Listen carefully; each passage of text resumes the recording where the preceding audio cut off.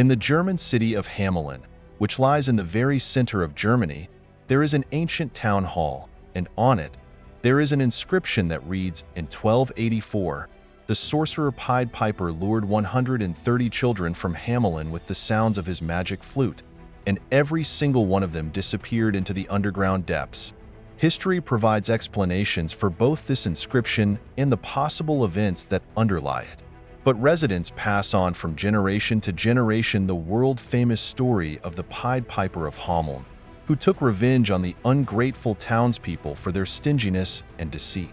This story begins in the summer of 1284 when Hameln became a tasty morsel for countless hordes of rats that swarmed into its rich storerooms and warm cellars. The rats not only ate the townspeople's supplies, but also spread terrible infections. The rats were not affected by any poison, and even cats, the main enemies of rats, fled in fear of their enemy of thousands. The city was facing a humanitarian catastrophe, and suddenly, a stranger appeared in the doomed city, rumors about which had already spread throughout all German lands. And he might have seemed like a simple poor man to the townspeople, if not for his strange appearance. The stranger was wrapped in a scarlet cloak, and a skillful flute hung from his belt. He went straight to the burgomaster and introduced himself as a rat catcher. Supposedly he alone can drive all the rats out of the city.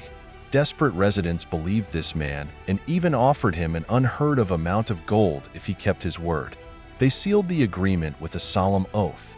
In the evening of the same day, the Pied Piper went out to the main square of the city and played a wonderful melody on his flute. And then, all over Hameln, rats began to emerge from sewers, basements, and storerooms.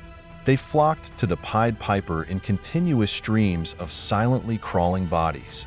Then the stranger, without ceasing to play the flute, headed towards the Weser River, which flowed next to Hamelin, and all the rats followed him relentlessly. On the shore, the Pied Piper stepped into the prepared boat, pushed off from the shore, and swam out into the middle of the river. And the rats followed him. Desperately floundering in the stormy current, they drowned one after another, and the Pied Piper returned to the city for his reward. However, the residents of Hamelin, having got rid of the misfortune, were no longer eager to part with their wealth.